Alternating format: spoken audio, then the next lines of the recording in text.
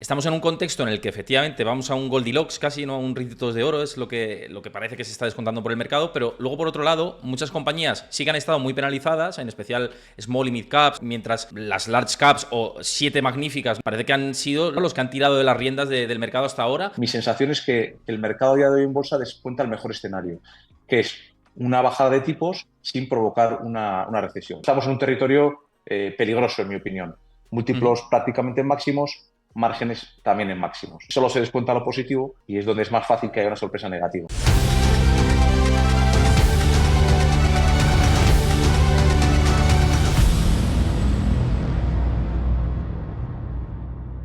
Antes de ver el vídeo al completo, recuerda darle a like, suscríbete a mi canal si te gusta este contenido y déjame tu comentario, que lo estoy esperando. Y como decía, por primera vez en el canal con todos nosotros, y un placer y un lujo, José Ruiz de Alda, ¿qué tal? Bienvenido.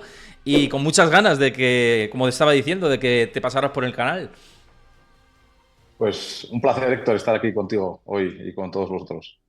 Pues muchísimas gracias. Y lo que digo, los que estáis en directo, ya sabéis que tenéis el chat para ir lanzando preguntas, cuestiones, temáticas, que seguro que hay muchas.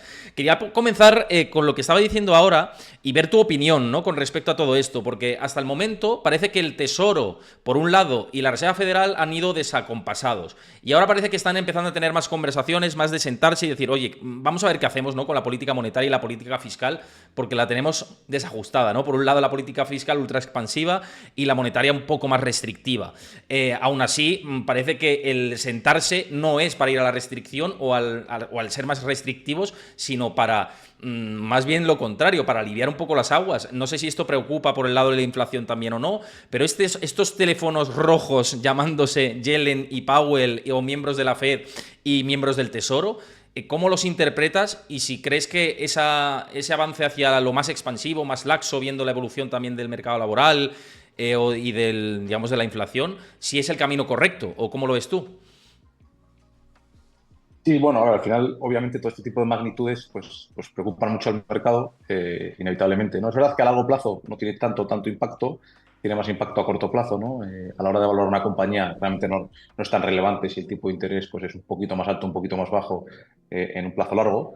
Pero sí, la verdad es que yo creo que el mercado pues, ahora mismo tiene el foco en si realmente son capaces de aterrizar la inflación hasta niveles más controlados y a partir de ahí eso se hace sin provocar una recesión, ¿no? Entonces, un poco lo que comentabas tú, ¿no? Yo creo que han subido tipos.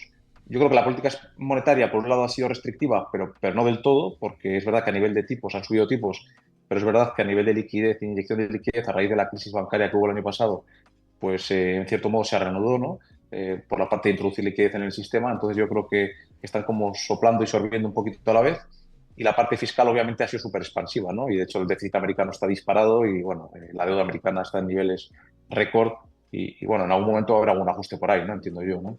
A mí, realmente qué va a pasar, pues es muy difícil de predecir, ¿no? Pero sí que es más, yo lo que creo que es más importante es intentar ver qué, o sea, qué llevan consigo las valoraciones de las compañías a día de hoy en bolsa, ¿no? Entonces, mi sensación es que el mercado a día de hoy en bolsa descuenta el mejor escenario, que es una bajada de tipos sin provocar una recesión, ¿no? O dicho de otra forma, esperan que los tipos bajen y por lo tanto los múltiplos han subido en los mercados y las compañías están valoradas de forma más cara, pero no se anticipa que esa bajada de tipos lleve consigo un hard landing o un aterrizaje un poco más duro de la economía con una posible recesión y que pudieran caer los márgenes empresariales, ¿no? Entonces estamos en un territorio peligroso, en mi opinión. Múltiplos prácticamente en máximos, márgenes también en máximos, ¿no? Solo se descuenta lo positivo y es donde es más fácil que haya una sorpresa negativa, en mi opinión, ¿no? Claro, claro, porque llevando esto a mercados, y es lo que dices perfectamente, que estoy además completamente de acuerdo y lo he comentado por el canal muchas veces, estamos en un contexto en el que efectivamente vamos a un Goldilocks casi, no a un Ricitos de Oro, es lo que parece que se está descontando por el mercado, pero luego por otro lado, muchas compañías sí que han estado muy penalizadas, en especial small y mid caps, ¿no?, que no han tirado tanto del carro, mientras las large caps o siete magníficas, ¿no? Si nos centramos en esas compañías, parece que han sido los caballos, ¿no?, los que han tirado de las riendas del mercado hasta ahora y los que han expandido también más esos márgenes y esos múltiplos. ¿Cómo ves esta situación, ¿no?, en el que quizá vayamos a un entorno en el que las pequeñas empiecen a tirar algo más, pero las las grandes menos, ¿no? ¿Cómo va a ser ese ajuste por ese lado? Y a lo mejor hay algunas pequeñas que también empiezan a sufrir, que tampoco hay que descartarlo, ¿no? Pero parece que puede haber cierta rotación. No sé tu opinión en este sentido.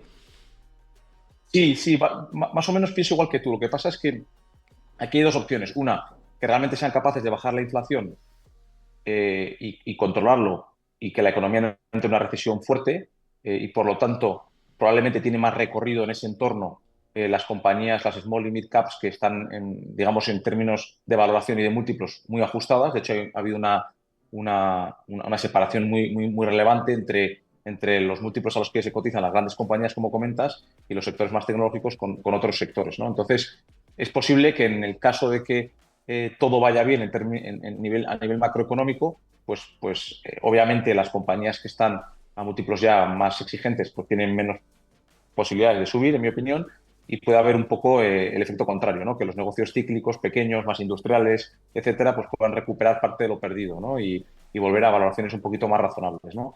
Y luego está el otro escenario. El otro escenario es que realmente o no sean capaces de controlar la inflación, con lo cual el múltiplo que aplicas tenga que verse reducido, o bien que controles la inflación, pero provocando una recesión relativamente fuerte en la economía y los márgenes empresariales se vean afectados. Y en ese entorno lo que podría pasar, en mi opinión, quizá es más bien que pudieran caer aquellas compañías que están muy sobrevaloradas y no necesariamente tendría que implicar que las small caps subieran, ¿no? Quiero decir, si viene un entorno macroeconómico más difícil, ¿no? Pero bueno, en ambos casos, para mí, para la gente que nos escucha, lo más importante es entender que cuando tú inviertes en múltiplos muy elevados, o sea, pagas un múltiplo muy elevado por una compañía y lo haces sobre un beneficio que a su vez está en los máximos márgenes de los últimos años, pues estás asumiendo un riesgo muy fuerte, ¿no? Cuando compras una compañía en márgenes altos, pero en un múltiplo muy bajo, pues parte de ese riesgo lo has mitigado porque ya el múltiplo refleja un poco la incertidumbre futura, ¿no? Etcétera. Y eso pasa en muchas compañías industriales que tenemos nosotros en cartera, ¿no? Pero voy a poner un ejemplo, ¿no? Para que lo veamos. Dentro de la industria de la automoción, pues tenemos los fabricantes de automóviles y dentro de ellos pues tenemos, por ejemplo, Ferrari. Ferrari es un fabricante de automóviles de lujo, que lo conoce todo el mundo, obviamente.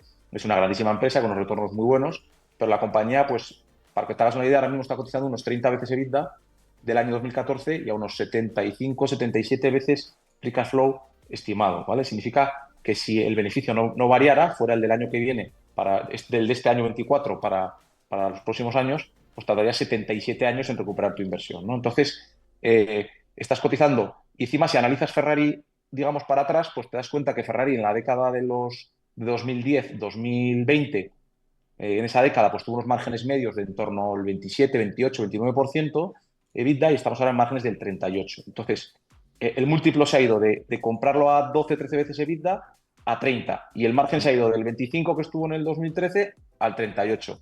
¿Qué pasa? Pues que puede, a nada que o bien la inflación no baje tanto y el múltiplo se ajuste, o nada que haya una recesión intentando bajar la inflación y provoques que un año pues, los márgenes de Ferrari pues, vuelvan a una media histórica más razonable y lejos del pico actual, pues lo que va a provocar es que esté valorada a múltiplos ridículos, ¿no? Y eso puede implicar, creo que lo explicaba el otro día en una clase, ¿no? Si Ferrari vuelve a la media de múltiplo que ha tenido desde el año 2015 que salió a bolsa hasta el año 2020-21 y a la media de márgenes, con el múltiplo medio y los márgenes medios, Ferrari te cae un 50%, sin que haya pasado nada, porque el Sí, múltiplo de sí. Ferrari ya era alto, etcétera, y los márgenes eran buenos, ¿eh? O sea, Ferrari es una gran compañía, pero cuando pagas un sobreprecio, pues asumes un riesgo muy fuerte. Y es lo que estamos viendo nosotros, ¿no? Y por otro lado, en el sector de automoción, pues por ejemplo, nosotros tenemos una compañía que se llama Gestamp, que es un fabricante del body in white, de lo que es la carrocería, la estructura de la carrocería para los fabricantes.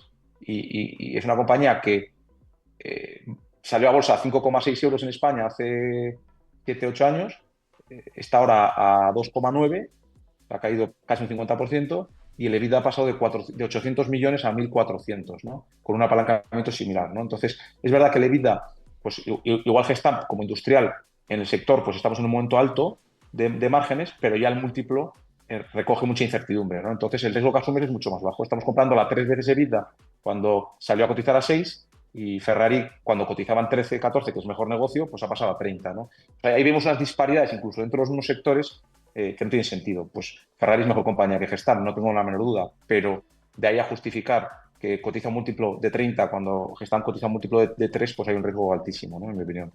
Me parece súper interesante esto que estás diciendo y cómo ver la radiografía de según qué compañías, porque no es lo mismo lo que dices, dentro de un propio sector puedes tener una compañía ultra mega valorada. Por ejemplo, cuando hablamos de la temática de la inteligencia artificial, seguro que no me cabe la menor duda de que hay compañías dentro de ese espacio que no cotizan a los múltiplos de Nvidia o de otras compañías, que si quieres luego entramos. Pero has mencionado lo de los dos escenarios de, oye, imagínate que en un escenario recesivo estos márgenes no son sostenibles, pues hay que ajustar y demás, o en otro escenario de excesiva complacencia. Para ti los dos escenarios posibles que has comentado son negativos, teniendo en cuenta que llevamos 4, casi 5 meses consecutivos subiendo en Estados Unidos de manera casi vertical y en los mercados globales casi que también, ¿no? Estamos viendo unos mercados celebrando lo que dices tú, no llega a la recesión, pero es que a la mínima chispa de algo no positivo, igual esto se puede dar la vuelta y ajustar esas valoraciones como bien dices, ¿no? Claro, o sea, los inversores tienen que tener en cuenta, todos los que nos escuchan, que lo ideal es invertir a múltiplos bajos y márgenes bajos. ¿Por qué? Porque tienes el potencial de expandirse el múltiplo a múltiplos más razonables y el potencial de que los márgenes del negocio se expandan, ¿no? Me refiero a un negocio respecto a su historia media, ¿no? Y ahora estamos en el entorno contrario, en el más difícil, en el más complejo. Eh, Cuando todo lo descontado es positivo, es muy fácil que algo lo afecte negativamente, ¿no? Porque todas las probabilidades o sea, tienes todas las probabilidades en contra en el sentido de que cualquier cosa que pase, una pequeña recesión, vamos a poner un ejemplo, ¿no? Hay una recesión en Estados Unidos a raíz de la subida de tipos y de repente pues las ventas de Ferrari pues, caen un 15, un 20%, el margen de Ferrari pasa del 38 al 25, pues la compañía te va a caer un 30%, un 40% en bolsa, eh, sin que el negocio haya dejado de perder calidad ni de ser una gran empresa, etcétera, ¿no? Entonces, ahí es donde tienes el riesgo. Y eso pasa siempre que sobrepagas sobre algo, ¿no? Siempre que estás pagando mucho por algo, asumes ese riesgo, ¿no? Entonces, para mí el principal riesgo en la bolsa siempre es sobrepagar. Incluso cuando hay mucha incertidumbre económica, es mejor pagar muy, muy barato y cuando hay mucha incertidumbre que cuando hay poca incertidumbre pagar muy caro, ¿no? En general, ahí está el riesgo más grande. ¿Y para ti, José, se está sobrepagando en las llamadas siete magníficas ahora mismo o no tiene por qué? Si miras los modelos escalables de cómo funcionan este tipo de empresas y lo diversificadas que están, o depende de cada compañía, ¿se está sobrepagando en general en las llamadas siete magníficas? En mi opinión, sí. O sea, en mi opinión, en Internet suelen publicar una especie de gráfico, ¿no? Que es como un cuentakilómetros que habla de cuando pasas del miedo a la avaricia, ¿no? ¿Y Sí, dónde el está fear la and bolsa? greed, En la ¿no? avaricia, el miedo. Sí. Sí. Sí, no hay que ser muy, vamos, si es que en una propia compañía como Facebook, que nosotros en Meta, que hemos sido accionistas nosotros el año pasado, una compañía que hace un año estaba cotizando, prácticamente un año estaba cotizando a 90 y está ahora cotizando a 500, ¿no? ¿Realmente ha cambiado tanto los fundamentales del negocio de Meta los últimos 15 meses o 18 meses? Pues no, la verdad es que no, ¿no? Entonces, obviamente nosotros vemos ya que las valoraciones son muy exigentes. De ahí a que hay una burbuja es difícil de decir, pero bueno, es verdad que las valoraciones son muy exigentes. Entonces, de hecho hay una tabla muy interesante que he visto yo por ahí, que es una tabla que dice que cuando el Standard Poor's ha estado cotizando a según qué múltiplo, pues qué rentabilidad se obtenía de media en los siguientes años, ¿no? Entonces, te decía, hombre, pues cuando el Standard Poor's ha estado cotizando a múltiplos de 9 veces, de PER 9, ¿no? 9 veces beneficios, pues en los siguientes años ha hecho una rentabilidad de más del 10. El siguiente año más del 15, en los siguientes 3 de más del 13, creo que era algo así, ¿no? Y en la parte alta de la tabla decían, cuando el Standard Poor's ha estado un múltiplo por encima de 20, la rentabilidad media del año siguiente ha sido negativa, de los 3 años siguientes ha sido negativa y de los 5 años siguientes ha sido plana. Con lo cual, ahora estamos en ese escenario en el que los múltiplos en los que cotiza el Standard Poor's y las grandes compañías están por encima de 20, claramente, ¿no? Entonces, en ese entorno de por encima de 20, y el Nasdaq creo que estaba casi en múltiplos de 30, pues la probabilidad de obtener retornos, en mi opinión, buenos retornos en los próximos años, es difícil, es baja, ¿no? Y además, para mí, o sea, si hiciéramos una parte, ¿no? Y dijéramos, me llevas 3 años atrás y me dices, José, en el año 2024 los tipos van a estar en Estados Unidos al 5% y el Nasdaq a 30 veces beneficios. Yo no me lo creo. No me lo creo. O sea, quiero decir que el principal índice de la bolsa americana o prácticamente uno de los principales índices de la bolsa americana de una TIR sobre los beneficios actuales casi, o sea, más baja que lo que da el bono. O sea, decir que es básicamente decir que es más seguro las acciones que el bono. Y yo eso no lo he visto históricamente. Siempre ha habido lo que llaman el equity risk premium. respecto a lo que da un bono del Tesoro, la prima de riesgo que exiges por invertir en negocios. Y siempre ha sido pues, un 3-4%, algo así, ¿no? Entonces, claro, si el bono da un 5 o un 4 a 10 años y le pones un 3-4%, pues es un 8. Entonces, a las acciones le tienes que pedir un 8. Pedirle un 8% a las acciones es que coticen a PER 15, no a PER 20, ni 25, ni 30, ¿no? Entonces, lo normal es que eso estuviera ya reflejado en los precios. Por eso digo que el mercado, en mi opinión, refleja todo lo positivo, porque refleja que no hay una gran caída de márgenes y a su vez refleja que hay caída de tipos y entonces sigue manteniéndote en múltiplos altos. Y eso es muy peligroso. Para mí es muy, muy peligroso. También teniendo en cuenta que hace cuestión de 3 4 meses se descontaban hasta 6 recortes de tipos, hasta 7 en el escenario como más idílico. Ahora se ha dado la vuelta y ya parece que 3 4 en esas está el mercado. Pero claro, mismamente Vanguard hace poco sacaba una carta y decía, bueno, es que nosotros también barajamos la posibilidad de que no se recorten tipos, cosa que parece bastante improbable, pero oye, ¿quién no te dice que van a bajar una de manera quirúrgica o dos y van a ir viendo, ¿no? Mientras el mercado laboral aguante, y eso afecta al mercado también, a las expectativas que tiene, ¿no? Ahora mismo, pues parece que ni tiene en cuenta las expectativas de tipos, no sé. Sí, de hecho, si lo piensas y te pones en la silla de un banquero central, sobre todo cuando hemos tenido un susto inflacionario reciente, que todavía no se ha acabado, o todavía no han cerrado esa carpeta, pues el asumir que teniendo la economía fuerte y el paro como está, vais a bajar tipos agresivamente, no tiene ninguna necesidad. Yo no lo haría. Y más viendo cómo está el mercado de valores, que es decir, que ya sé que no es su objetivo, pero viendo cómo empieza a haber eh, como mini burbujas o situaciones un poco de me refiero de cómo crecen los precios de muchos activos de forma un poco loca, radical y vuelve a alocarse dinero a cualquier cosa que sube rápido, etcétera. O sea, empieza a haber situaciones como para que la Fed diga no tengo ninguna prisa para subir tipos. En tanto en cuanto no estoy provocando ningún colapso financiero y la economía americana aguanta fuerte con tipos altos, solo hay una cosa que le empuja a la Fed, en mi opinión, a bajar tipos. Y es la financiación del gobierno americano, ¿no? Lo que es la refinanciación de toda la deuda americana, que obviamente lo ideal es hacerla a tipos bajos y no a tipos muy altos, ¿no? Desde luego, si tuvieran toda la deuda ya a largo plazo, a periodos de 10, 15 años, a tipos del 0,1%, que se podrían haber financiado hace 2 o 3 años, no tendrían ningún incentivo para bajar los tipos. Y luego está la parte política, ¿no? Pues oye, en tanto en cuanto haya algo de recesión, pues ya sabemos cómo funciona esto, las elecciones, la, la, la presión política que puede haber sobre la banca central, pues para que no digamos, que no genere ningún impacto negativo en la economía en ese periodo electoral. Pero vamos, yo sinceramente, o sea, me cuesta mucho saber qué va a pasar y no estoy seguro de lo que va a Sí. pasar, ni lo sé, porque además casi nadie adivina nada. Lo que sí sé es que la sensación que tengo es que los precios ya lo reflejan el mejor escenario en los dos sentidos. Entonces, es lo que decías tú, ¿eh? O sea, se esperaban 6 bajadas de tipos, ahora hablan de 3 y sin embargo en Nasdaq están máximos hace un día o dos, ¿no? Estaban máximos Total. prácticamente, ¿no? Hmm. Pues bueno, para mí solo lo normal es que se ajuste, ¿no? Ojo, se puede ajustar el Nasdaq porque baje fuerte o porque se tire 5 años plano y no haga nada. Y digamos que vaya volviendo a múltiplos más razonables simplemente por no hacer nada en unos cuantos años, ¿no? Eso es mucho más difícil saberlo, ¿no? No significa que tenga por qué bajar. Pero mi opinión es que hay mucho riesgo en comprar caro a múltiplos muy elevados ahora mismo.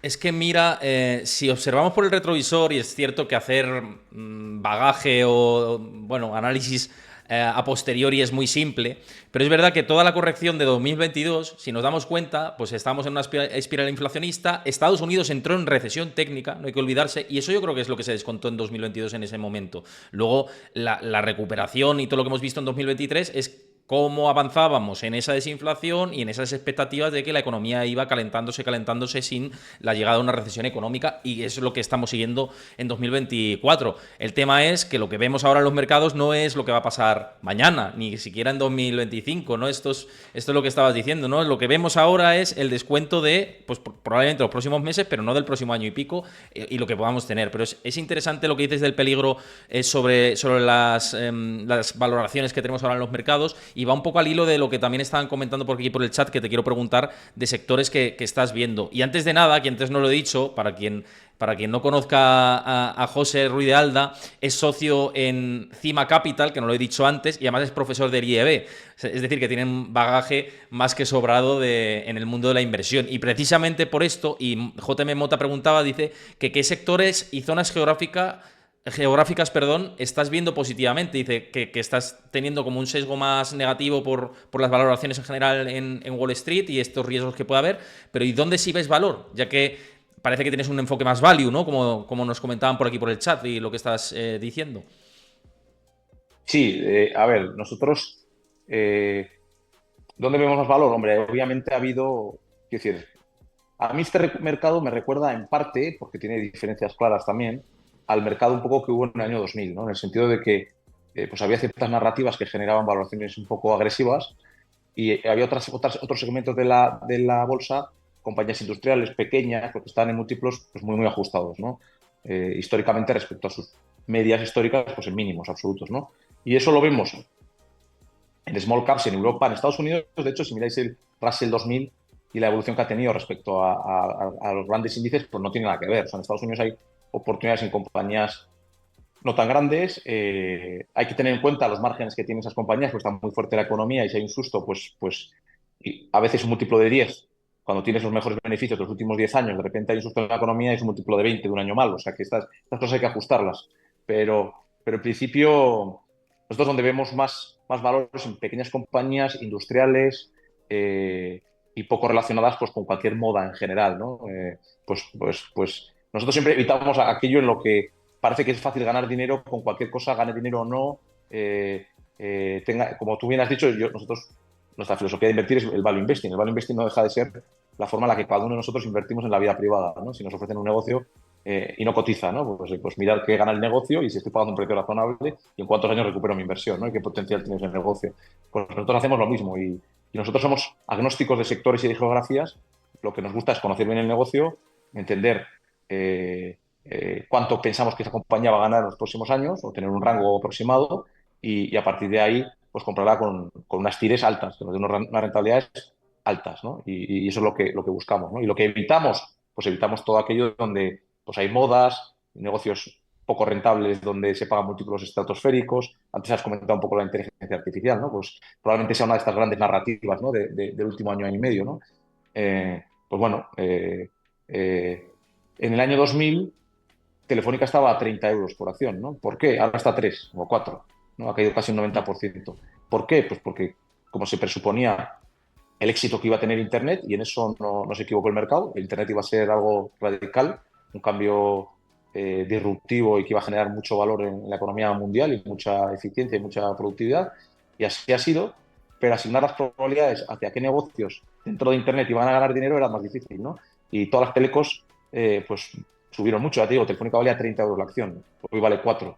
¿Por qué? Porque la gente pues, hacía el típico pensamiento de primer nivel, que es decir, si Internet es el futuro y Internet pasa por los cables de esta gente, pues esta gente va a ganar mucho dinero. Luego la realidad, 20 y pico años después, es que nada más lejos de la realidad, ¿no? Los que han ganado dinero han sido otros, sino las telecomunicaciones que no han parado de bajar, ¿no? Las compañías que están todo el día reinvirtiendo en fibra, en CAPEX constantemente y luego no son capaces de recuperar los retornos, ¿no? Entonces, eso mismo también está pasando ahora, en mi opinión, en todos esos segmentos en los que todo el mundo ve un grandísimo crecimiento, pero saber y asignar las probabilidades a qué partes de esos segmentos pues, van a ganar dinero, eso es mucho más complicado, ¿no? Y nosotros a ese juego no solemos jugar. Preferimos jugar ya en sectores en los que ya hay una compañía que tiene una posición preestablecida, que lleva tiempo demostrando que es rentable, que lleva tiempo demostrando que sabe ejecutar y trabajar en ese negocio, generar buenas rentabilidades y tratarnos bien como accionistas, ¿no?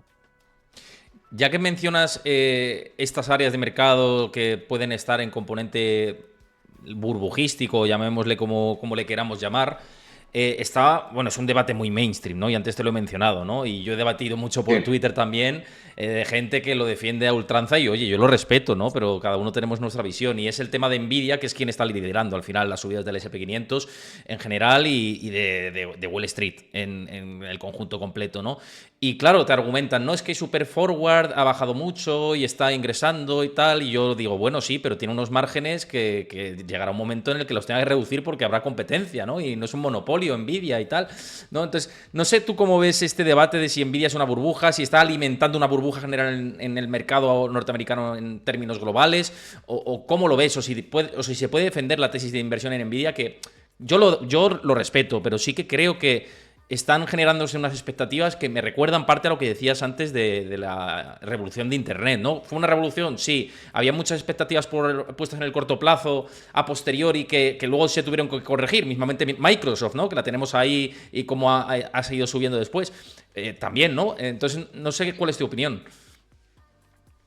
Sí, de hecho Microsoft, del máximo que alcanzó en el año 2000 o 2001, tardó 13 años en recuperarlo, ¿no? Y durante esos 13 años la compañía no dejó de mejorar, pero como se había pagado unos precios un poco ridículamente altos para el momento, pues un inversor que estaba invertido en una compañía como Microsoft, que probablemente sea la mejor compañía que hay en el mundo, pues tardó 13 años en recuperar su dinero, ¿no? Entonces, la típica demostración que una compañía sea buena y que tenga años brillantes por delante no significa que gane dinero, eso es lo primero, ¿no?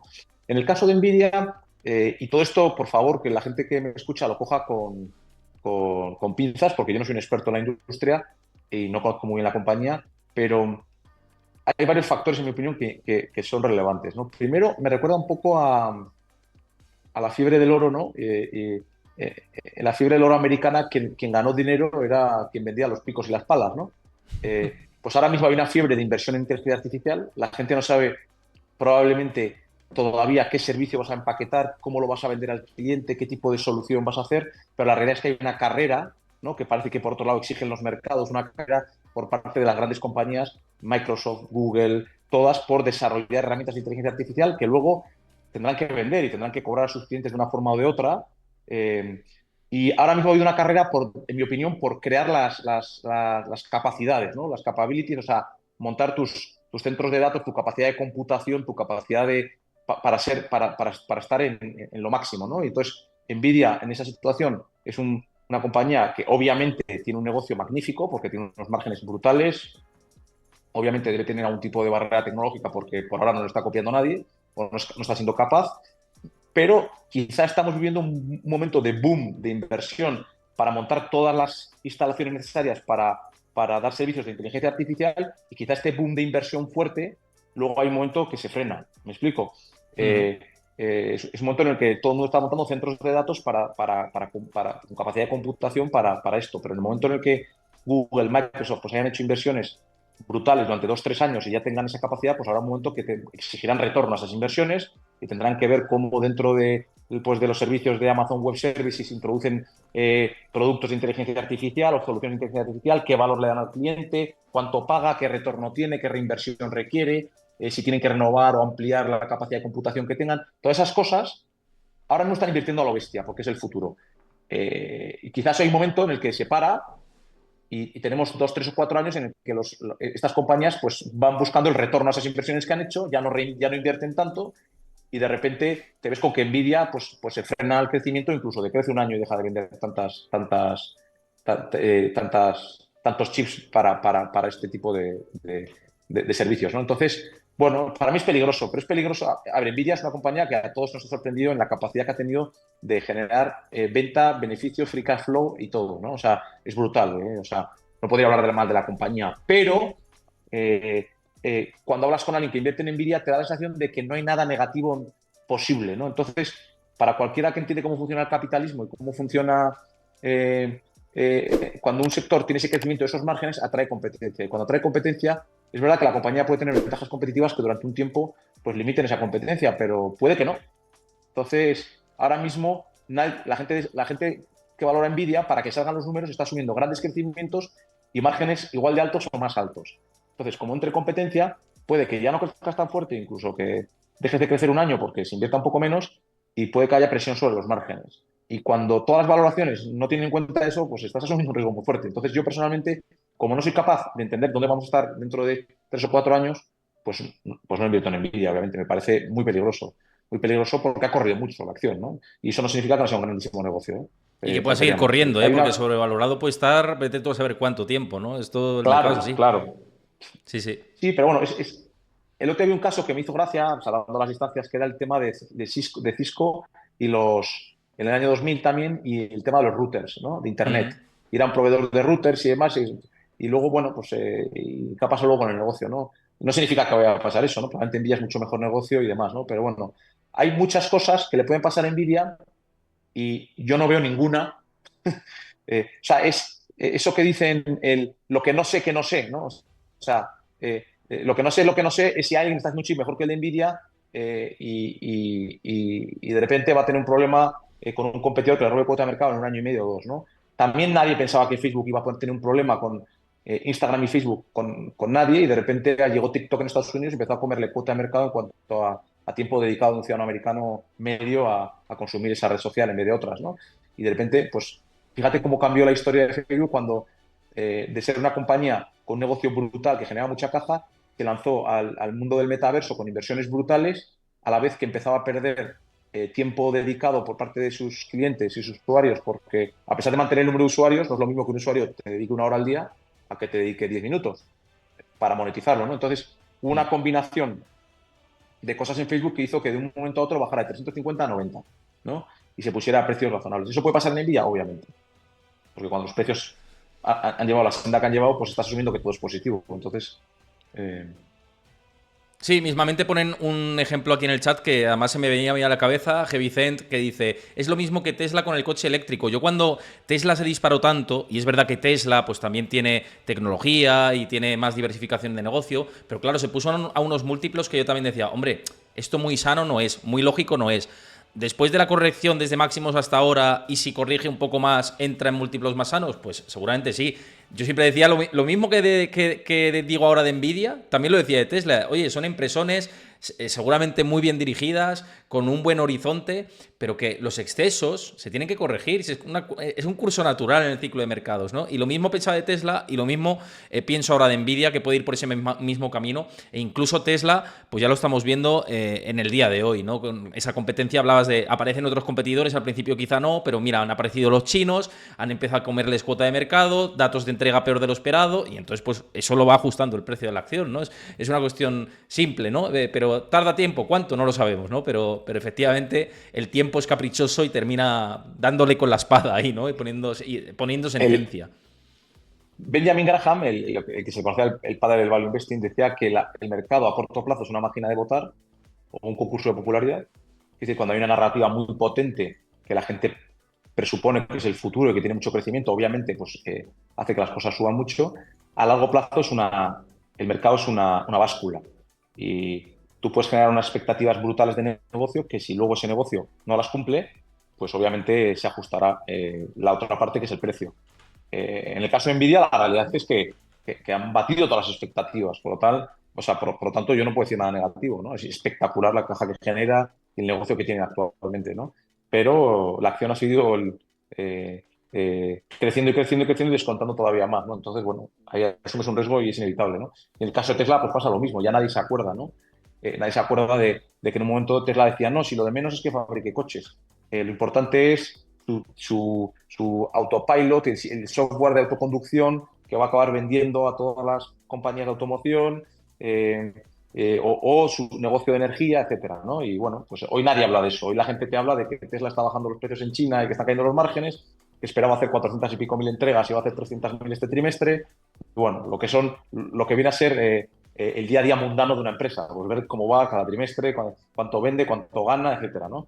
Y al final el mercado es como un martillo pilón y al final te puede dar mucho tiempo, pero al final tienes que venir con beneficios que sean recurrentes y que se mantengan. Y si eso no se da, pues se ajusta y ya está, no hay otra. Antes de seguir, quiero dar las gracias a Puyol Roger, que se ha suscrito al canal. Llevas 4 meses suscrito, así que te mando un abrazo. Os animo a que lo hagáis. Y también que si veis esto desde YouTube, que dejéis vuestro comentario de qué os está pareciendo la charla, dejéis vuestro like. Si no conocéis el canal, que os suscribáis, que siempre ayuda bastante a seguir creciendo. Así que tenéis ahí disponible la cajita de comentarios para dejar vuestro comentario, el like y suscribiros. Y aquí en el chat en directo, por supuesto que también. Y además atendiendo con mucho gusto los comentarios que nos estáis poniendo. Y fíjate, José, que mientras estábamos hablando, estaba echando un ojo al mercado y justo hoy corrigiendo un 0,95%. Es decir, que los excesos también llega un momento en el que se tienen que ir depurando, ¿no? Y estaba echando un ojo, digo, ¿cuál ha sido la excusa por el que el mercado está corrigiendo más? Y ha hablado Mester de la Fed, ha revisado las previsiones de tipos a largo plazo, dice que hasta el 3%, y dice que el mercado laboral está más equilibrado, pero que debería haber una mayor tasa de desempleo. Esto es como una excusa que se ha montado el mercado entre esto, la sobrevaloración previa, etcétera, para decir, bueno, es que igual es verdad que estamos previendo un paro subiendo 2 décimas, pero a lo mejor sube un poquito más, ¿no? Con este ajuste monetario. Claro, es lo que es justo estabas hablando antes, ¿no? Hay tan buenas expectativas que al mínimo comentario, mínima excusa, la cosa cambia y se ajusta, ¿no? Totalmente, vamos. Cuando estás en el territorio de avaricia un poco y pues al final cualquier noticia que no sea súper positiva acaba siendo negativa, ¿no? Entonces, bueno, es inevitable, vamos. Esto a mí, es verdad que cada mercado es diferente y esto, pues, en ciertas cosas te puede recordar al año 2021 y en otras no, ¿no? En el año 2021 cualquier empresa tecnológica que no había demostrado ningún beneficio, que estuviera en un entorno eh, moderno, digamos, pues subían todas, ¿no? Y sí, todo tenía valoraciones ridículas, ¿no? No tanto las grandes, sino todo, ¿no? Por ejemplo, pues yo siempre pongo el ejemplo, ¿no? A mis alumnos. En el año 2021, Rivian, que es un fabricante de coches eléctricos, salió a cotizar. A las semanas o al mes de cotizar valía 150.000 millones de dólares. Sin vender ni un Esa coche, era ¿eh? una, Sí, sin haber entregado todavía ningún coche, teniendo dos modelos, creo que era una pick-up y la misma pick-up pero cerrada, y, y valía en bolsa más que Mercedes y BMW juntos, ¿vale? Entonces, pues el mercado es así, el mercado te lleva desde, pues, ¿por qué? Porque la gente dirá, pero ¿cómo puede ser que pasara eso en Rivian? Ahora ha caído un 90%. Bueno, pues porque tienes el ejemplo de Tesla, que antes la gente pensaba lo mismo en Tesla y luego mira qué bien fue Tesla, o cómo aumentó las ventas, cómo pasó de vender pues 10.000 coches o 20.000 o 100.000 a pasar a vender millones de coches, ¿no? Y Y la gente, siempre que hay una especie de burbuja, tiene una parte de realidad. O bien que es una parte que la gente percibe que por ahí viene el futuro, o bien tienes un ejemplo previo que ha ido muy bien, pues la típico marketplace que la gente dice, esto es como Amazon, ¿no? Pues como es como Amazon, pues y Amazon hizo eso, yo me lo perdí, pues me meto en este, ¿no? Ese tipo de cosas, de comportamientos, pues se dan. Ahora yo no veo eso, salvo en la inteligencia artificial. Otro ejemplo que pongo a mis alumnos es un periódico, eh, un diario que se llama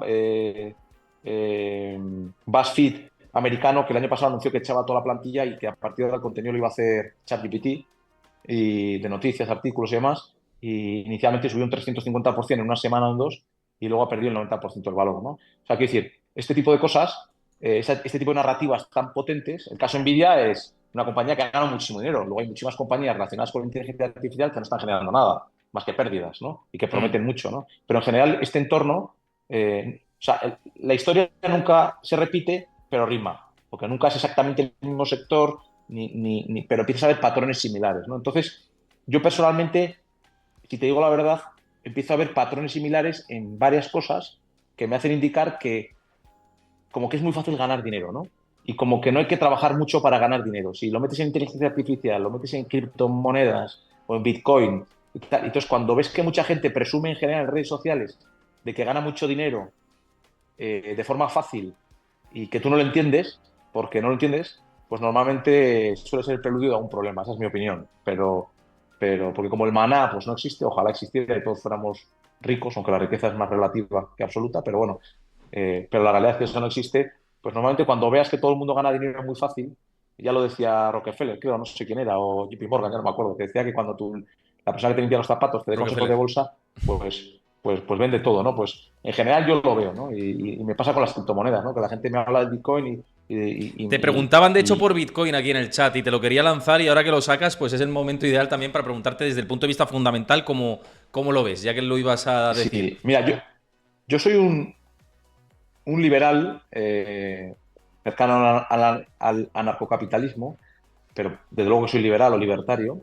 Entonces, a mí el Bitcoin como emancipación de la moneda del Estado, pues me parece una idea magnífica, o sea que desde un punto de vista intelectual lo defiendo totalmente, que no me malinterpreten. Desde un punto de vista de lo que está pasando con el Bitcoin, eh, me da la sensación que es un comportamiento cercano a la burbuja. Si no es una burbuja, es cercano. Y lo explico. Y además hay cosas ya del propio Bitcoin que como buen libertario y un poco antisistema no me gustan. Por ejemplo, no puedes criticar a Bitcoin en redes sociales. Es un aluvión de críticas las que te llegan de golpe, te ataca mucha gente, te insultan, ¿no? Con lo cual ya eso no me gusta, ¿no?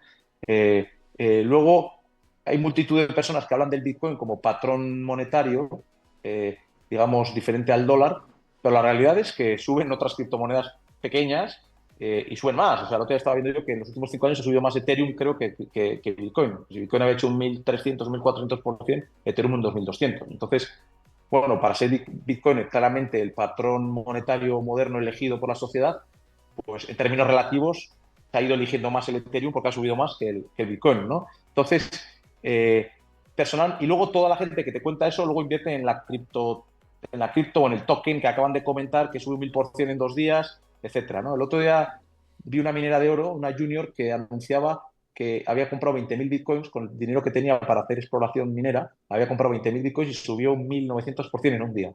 Luego al día siguiente bajó un 90%. Son comportamientos que te dan a entender que hay un problema. Entonces, el comportamiento que hay detrás es de que la gente quiere ganar dinero rápido. O sea, el Bitcoin, para quien teóricamente conocemos el concepto, es muy válido y muy interesante. Sinceramente, creo que el comportamiento que hay detrás de las criptomonedas a día de hoy es un comportamiento puramente especulativo. Es más, te diré una cosa. En el último alza del Bitcoin, previo a este, o sea, cuando hizo 60 y pico mil o 70.000 hace 2 años, eh, se discutía si el Bitcoin iba a acabar siendo moneda, no solo depósito valor, sino moneda, porque Mm. te acordarás que Tesla empezó a vender los Teslas, aceptaba Bitcoin para el pago. Sin embargo, hoy en día ya nadie habla de eso. Nadie habla de que sea una moneda efectivamente, ¿no? Y luego hay otro tema que me mosquea, ¿eh? Y esto, por favor, que todo el mundo que me escucha lo coja con pinzas, pues tampoco soy un súper experto, ¿no? Son temas que a mí me vienen a la cabeza y me llaman la atención, ¿no? Pero mucha gente que habla del Bitcoin como una forma de huir del Estado y del control del Estado, ¿no? Fiscal, Mm. expropiatorio, etcétera, ¿no? Que desde el punto de vista de un libertario, pues es muy positivo, ¿no? Pero realmente, ¿hoy quién compra Bitcoins? ¿O qué está moviendo el mercado de Bitcoins hoy? ¿Lo están moviendo los individuales que compran en cold wallets para que nadie tenga control? ¿O son ETFs o plataformas que obviamente dan toda la información al gobierno americano? O sea, ¿qué es Coinbase, que obviamente reporta al gobierno americano lo que compra cada uno? ¿Qué son ETFs? Entonces, ni siquiera creo que los que lo están comprando porque realmente quieran huir del Estado, que eso es la minoría que creó el Bitcoin, en mi opinión, sino ya es una pura especulación de pensar que vale más, ¿no? Entonces, y aquí pongo otra cosa. Hay un gestor americano muy famoso con unos retornos espectaculares que se llama Seth Klarman. Es famoso porque bueno, es el gestor de Baupost, una empresa americana. Y Seth Klarman es famoso porque tiene un libro que se llama Margin of Safety, margen de seguridad. Es un libro que se hizo una edición solo en Estados Unidos, entonces si lo quieres comprar de segunda mano vale 1.000 y pico dólares. Entonces es como un objeto de coleccionista, ¿no? Dentro de los value investors. Y Seth Klarman en ese libro habla de dos tipos de activos, los especulativos y los de inversión. El activo especulativo es en el que para obtener un retorno necesitas que alguien venga y te pague más, ¿vale? El ejemplo es una onza de oro, es un Bitcoin, es un cuadro, una obra de arte, es un cromo de Mickey Mantle, ¿sabes? O sea, ese tipo de cosas tú la compras y tiene que venir alguien y pagarte más. O sea, el príncipe saudí que compró Salvator Mundi, que es un cuadro de Da Vinci, por 500 millones de dólares hace 6 años, pues si quiere obtener un retorno, tiene que venir alguien y que le pague 600, 700, 800 millones de dólares por ese cuadro, ¿no? Y luego un activo de inversión es aquel en el que no necesitas, o sea, no necesariamente hace falta que el precio del activo suba, porque tú obtienes un retorno por el propio flujo que genera el activo. Por ejemplo, una casa. Yo me compro una casa por 500.000 euros en Madrid, imagínate, pero soy capaz de alquilarla por 50.000 euros al año netos, pues le estoy sacando un 10% anual. Entonces yo, aunque nadie me pague más por mi casa, le voy a tener un retorno. Dentro de 10 años lo he recuperado todo. Y lo mismo pasa con las acciones, que generan beneficios, que generan dividendos, etcétera, ¿no? Entonces, yo como inversor duermo mucho más tranquilo cuando sé que lo que compro, independientemente que el precio esté bajo o que el mercado me lo tire más, que eso está generando unos flujos y unos retornos que me los van devolviendo de una vía o de otra, y yo duermo muy tranquilo. Sin embargo, cuando compras un Bitcoin y dices, ¿por qué vale 60.000 y no 10.000?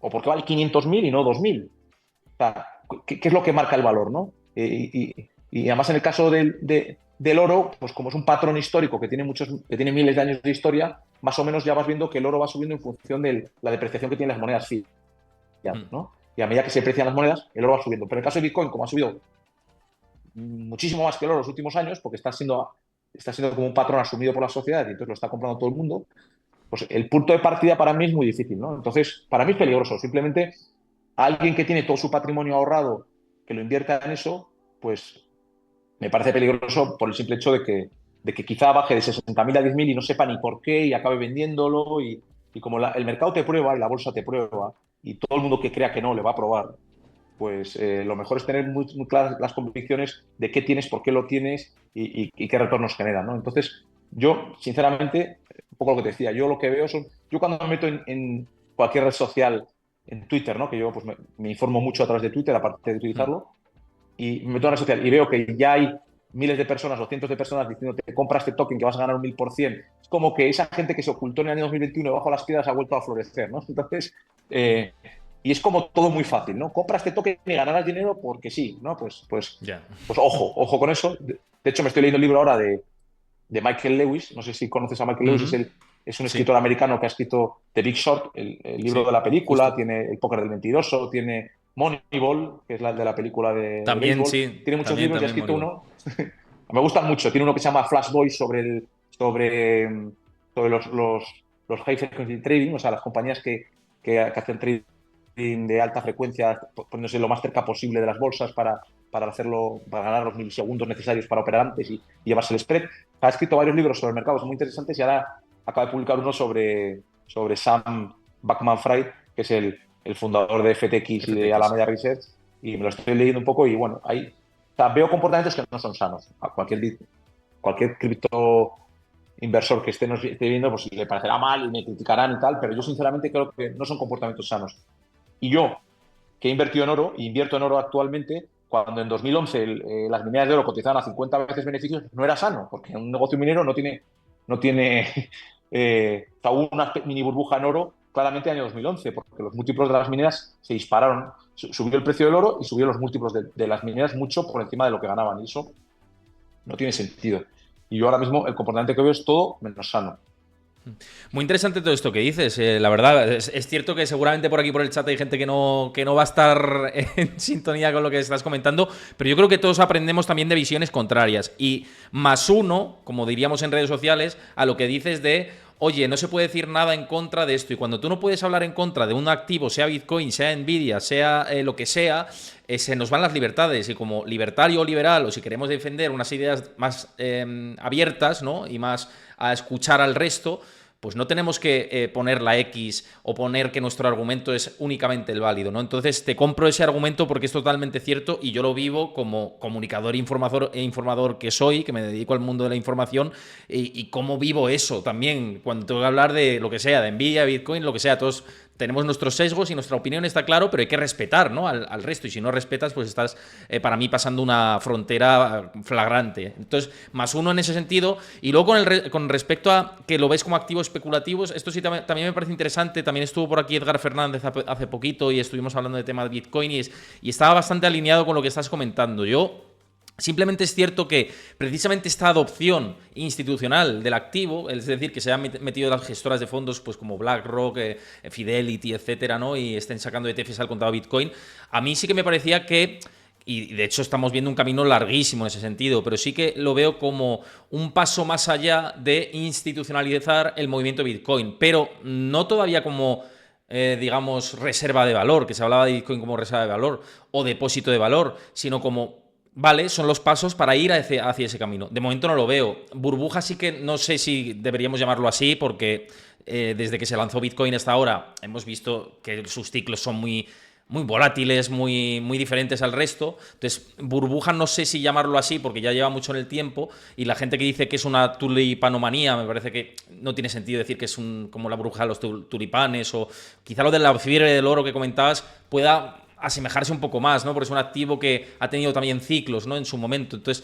pero sí que el hecho de que hayan entrado las gestoras al juego, aunque sea especulativamente, ya es un paso positivo, ¿no? Y muy interesante también esto que decías de, ya no se habla de Bitcoin como moneda de pago. En el año 2018 era mainstream esto, en 2020 o 2021 incluso, ¿no? Sí, tal, Tesla lo mete como moneda de pago, ¿no? Incluso otras cripto memes, ¿no? Como Dogecoin, en el caso de Elon Musk que la defendía, decía, esto lo voy a meter como sistema de pago. Esto ya no se habla y es cierto que también es, para mí es, fíjate, eso es más positivo para Bitcoin y dejo al margen el resto de criptos, que cuando se hablaba que podía ser medio de pago, porque yo decía, es que un activo que un día está un 10% arriba, 20 abajo, 10 arriba, no lo veía como medio de pago, ¿no? O sea, no lo veía estable, pero interesante en ese sentido, ¿no? Y por aquí están debatiendo también en el chat en esto. No sé si quieres añadir Sí, algo con respecto a esto, pero me parece un debate muy constructivo e interesante. sí, a ver, yo no puedo decir categóricamente si una cosa es una burbuja o no, porque no lo sé. Y más en un activo, cuando un activo genera flujos, estoy más cómodo, ¿no? Porque si es una empresa que me analizo el negocio y creo que va a ganar 100 y vale 100.000, pues digo, mira, esto el múltiplo es que no hay quien lo compre. O sea, esto realmente para mí sí puede ser una burbuja, ¿no? Pero en el caso de Bitcoin no lo digo, no digo que sea una burbuja, pero sí que te puedo decir que mi sensación de los Mm, comportamientos que veo por detrás son similares, ¿no? mm, Y sobre todo, para mí lo fundamental es que las bases del Bitcoin, que la base del Bitcoin es, uno, que es limitada la oferta, ¿no? Y que es seguro. Dos, que te proteges tu patrimonio del Estado y de la confiscación, ¿no? Por ser descentralizado y demás. Todo eso está bien, pero ya sube sin necesidad de eso. O sea, que decir, ya lo compro a través de una plataforma o un ETF que no sabes si tiene bitcoins o son apuestas o son futuros o cómo está hecho. O sea, ya es papel, es paper bitcoin que ya no sé, yo no sé cómo funciona. Eh, y los comportamientos que veo, la sensación que me da a mí o sea, el tufo que me da a mí del comportamiento es más puramente especulativo que realmente de protección de valor. Es la sensación que tengo yo. Dicho esto, pues ojalá el Bitcoin vaya a 150.000, 200.000 y que la gente que está invertido gane dinero. Yo no tengo para nada en contra. Ya os he dicho que desde un punto de vista conceptual lo apoyo totalmente, ¿no? Luego tengo mis dudas de que si realmente el Bitcoin fuera un patrón monetario global, fueran a permitirlo, ¿no? ¿A qué me refiero con esto? Al final, no sé si habéis visto el típico vídeo, ¿no?, que pone en internet que dice el dólar no está respaldado por nada y sale la flota americana, sí, del sí, Pacífico, ¿no? sí. Los portaaviones, tal, los destructores. Y dicen, esto es lo que respalda el dólar, ¿no? Pues toda la capacidad militar americana y o sea, todo ese presupuesto se basa en la capacidad de envilecer la moneda y destruir el valor del dólar. Y entonces, en el momento que un político americano acepte Bitcoin como moneda global y americana, eh, se está autolimitando su capacidad de gasto y de influencia y de poder en el mundo. No sé, o sea, llámame ingenuo, pero no confío mucho en la clase política. Y además es de las pocas cosas en las que creo que la clase política global se pondría de acuerdo, porque lo hace China, lo hace Rusia, lo hace Estados Unidos. No sé hasta qué punto tiene ninguno sentido. Ojalá pasara eso. O sea, ojalá el Bitcoin, una moneda descentralizada y limitada, fuera como una especie de patrón oro, volviera el sistema monetario a ser así. Pero tengo mis dudas de que lo vayan a permitir, sinceramente. O sea, y luego el negocio de BlackRock y demás, la gente en este mundo pasa un poco como con el oro, ¿no? Yo llevo muchos años invirtiendo en oro y siempre tiene un tufo todo lo que tiene que ver con el oro con un poco conspiranoico, ¿no? De que el oro lo manipula, lo controla, no sé qué. Y yo llevo muchos años, yo ya me he desconectado un poco de esas teorías más conspiranoicas y al final, eh, eh, todo esto iba. Ah, sí, el hecho de que BlackRock y demás saquen ETF, sinceramente, yo creo que son oportunistas. O sea, ahí hay un negocio Ujú. de miles de millones de dólares, es legal y obviamente van a aprovechar y van a ganar dinero. Igual que se hincharon a vender ETFs de oro y de junior mining y de senior mining y de todo durante el boom del oro del 2000 al 2011. Es decir, esos son negocios y no son altruistas y les importa un pepino probablemente la independencia, o sea, la libertad o las implicaciones que tiene monetarias el Bitcoin. Lo que están viendo es un negocio de cientos de miles de millones de dólares y lo van a aprovechar. Eso te lo aseguro. Y en el caso de que el Bitcoin baje a 5.000 dentro de 20 años, pues ellos se van a ganar mucho dinero por el camino y tendrán un ETF que tendrá menos volumen y les dará igual. O sea, te digo porque lo he visto con cualquier producto que hagan. O sea, ellos no son tontos y venden lo que la gente quiere. Lo Entonces, que yo se eso, demanda, claro. Sí, darle sí. una pátina de respaldo institucional. Si BlackRock saca un ETF es que el gobierno americano en el fondo lo apoya, ¿no? Bueno, yo, no, o Depende. sea, ese tipo No es de verdad. Esto hilar es esas verdad. cosas así, tendría cuidado, tendría cuidado. Pero vamos, ya te digo, yo desde el punto de vista teórico lo apoyo. Los comportamientos que veo no se puede criticar. Eh, eh, Parece que todo el mundo gana dinero muy, muy rápido. La rápida adopción que ha tenido el Bitcoin, cuando en España no había ni 2 millones de personas que invertían en bolsa, de repente hubo 4 millones de personas que tenían criptomonedas. Como quien te habla del Bitcoin y las virtudes del Bitcoin enseguida se mete en la nueva cripto que acaba de salir porque tiene el triple de volatilidad. ¿Te das cuenta qué quiere? Esa gente que quiere conservar su valor en Bitcoin o realmente quiere jugar a lo que más va a subir. O sea, y luego la propia oferta limitada. ¿De qué sirve que el Bitcoin sea limitado si cada cripto nueva que sale la demandan ilimitadamente? Entonces no hay oferta limitada. Hay oferta limitada de Bitcoins, pero hay oferta ilimitada de nuevas criptomonedas, porque sale una cada dos por tres. Y si todas las demanda la gente y todas las quiere, clase de diferenciación o de proceso de selección de mercado está habiendo ahí. Yo lo que veo es que todo el mundo quiere todo lo que puede subir y demás. O sea, mi sensación es que el comportamiento no es sano. Ahora, ojalá triunfe. O sea, yo no tengo para nada en Sí, contra a de la nivel gente que invierte en filosófico, Bitcoin. claro, estás en sintonía con todo esto. Yo lo he compartido por aquí, por el canal muchas veces. Yo tengo una pequeña parte de mi cartera en Bitcoin y lo defiendo.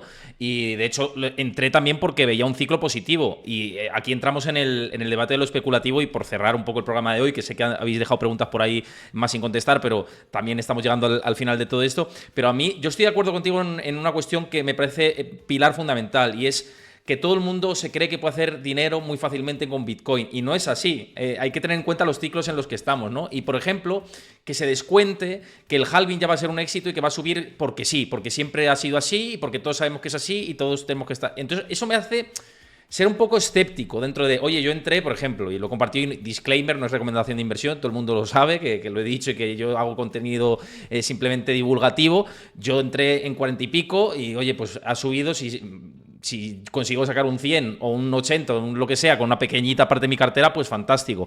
Ahora bien, pensar en 200 y pico mil o tal, yo es que no tengo ni idea, quiero decir, yo puede ser, ojalá que sea así y abrazo esa idea y esa filosofía, pero veo que hay un comportamiento todavía muy especulativo, veo mucha gente que tiene muy claro lo que es Bitcoin y que es un chorro de dinero constante, y eso es lo que me hace todavía ser positivo a nivel ideológico, como decías tú, y a nivel incluso de inversor particular, ser positivo, pero ser cauto también en determinado momento, en determinado momento, perdón, decir, pues me aparto y me bajo en gran parte porque veo que hay ciertos riesgos y mucha volatilidad asociada, ¿no? Pero bueno, que cada uno toma sus decisiones. Yo respeto las de todo el mundo. Así que... Sí. Yo, de hecho, estos comportamientos, o sea, los critico. O sea, cuando yo veo un comportamiento así en cualquier cosa, o sea, cuando habla la gente, value investing es comprar empresas a múltiplo bajo y eso es el futuro. Y parecía algo muy fácil, todo el mundo hacía y se ganaba dinero, pues esas cosas siempre hay que tener cuidado. Pero cuando se habla de Internet, de inteligencia artificial, de coche eléctrico, de energías renovables, que ha habido en España un boom con eso, y hay un momento que solo se calcula el potencial que tienen las energías renovables y no los riesgos que tienen. Como en España hoy en día, que tenemos el precio de la electricidad, entre las lluvias, el viento que ha habido y que hay una superinstalación fotovoltaica que hace que a las 2 de la tarde la fotovoltaica te baja el precio a precios ridículos, pues hoy en día cualquier instalación fotovoltaica que hayan montado en España, que no haya cerrado los precios a un PPA fijo, a un precio fijo los próximos años con una subasta y que tenga los costes financieros variables, pues está sufriendo tela. Entonces, simplemente en general, que cuando parece muy fácil que todo el mundo gana dinero en algo, sea lo que sea, no es Bitcoin, renovables, o sea, en general hay que tener cuidado. Y además siempre la base es muy potente. O sea, ¿por qué hay un boom de renovables? Porque todo el mundo se da cuenta que las renovables pues, tienen un futuro, porque la energía fotovoltaica, un megavatio costaba 5 millones de euros y hoy en día cuesta 400.000 euros instalarlo. O sea, la mejora de eficiencia ha sido brutal. Para generar el mismo megavatio te gastas una décima parte de lo que te gastabas. Pues es espectacular. Pero eso, hay un momento en el que todo el mundo lo ve como el futuro, el futuro, el futuro, y hay un momento que la gente paga lo que sea. Eso es el peligro, está ahí. Entonces yo siempre digo que este tipo de comportamientos, cuando los veo en lo que los vea, me hacen mantenerme alejado. ¿Por qué? Porque en mi experiencia, para tener buenas rentabilidades en bolsa, hay que evitar grandes patinazos. Para meterte en algo y de repente hay una caída del 90 y te la hayas comido. Porque es luego muy difícil de recuperar. Para recuperar un menos 90 tienes que subir un 900. O sea, entonces, entonces yo gestiono más para evitar errores gigantes que para tener los mayores aciertos del mundo, ¿no? Prefiero ir poniendo piedrita a piedrita que vaya generando y evitar los grandes errores, ¿no? Y por eso hablo un poco de esos comportamientos. Me parece una conclusión muy, muy potente. Sé que se nos quedan muchas cosas en el tintero, pero bueno, esta es tu casa, así que cuando quieras estás invitado. Hablabas de fotovoltaicas, se me venía a la cabeza. Yo he puesto placas solares en mi casa para intentar hacer el mayor autoconsumo posible y ahorrar en esa parte. Y es cierto que hubo ese boom, ¿no? Pues bueno, yo como particular digo, lo que me puedo ahorrar y amortizar a largo plazo, pues fantástico, ¿no? Pero José, que muchísimas gracias por pasarte por aquí. Ha sido un verdadero placer. Ya sabes, cuando quieras estás invitado. Creo que a la gente además también le ha gustado. A los que lo veáis en diferido también, dejadme en comentarios, oye, si queréis que queréis que repita aquí José Ruiz de Alda por el canal, que yo estaré encantado de recibirle y espero que él también. Así que yo me lo he pasado muy bien y se me ha hecho cortísimo.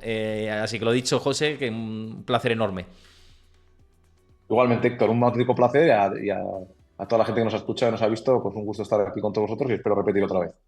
Mira, todo el mundo está diciendo que fantástico y que muy bien, así que lo dicho, lo que os decía, Encantado, seguid el canal los que no lo hayáis seguido, tanto aquí en directo como los que lo veis en diferido. A 89 Tico, muchas gracias por seguir el canal, y a Ucastro por suscribirte. Muchísimas gracias por esa suscripción, te mando un abrazo enorme. Y nos vemos mañana a las 6 de la tarde, hora española, con Gregory Plaxintar, que sabéis que es experto en opciones financieras. Vamos a hablar de los mercados, situación, trades que se están abriendo por ahí. Y mañana viene una jornada muy intensa también, 6 de la tarde, muchos datos macro también que comentaremos. Y lo dicho, muchísimas gracias por estar ahí y por aguantar el directo. Un abrazo a todos. Chao, hasta mañana.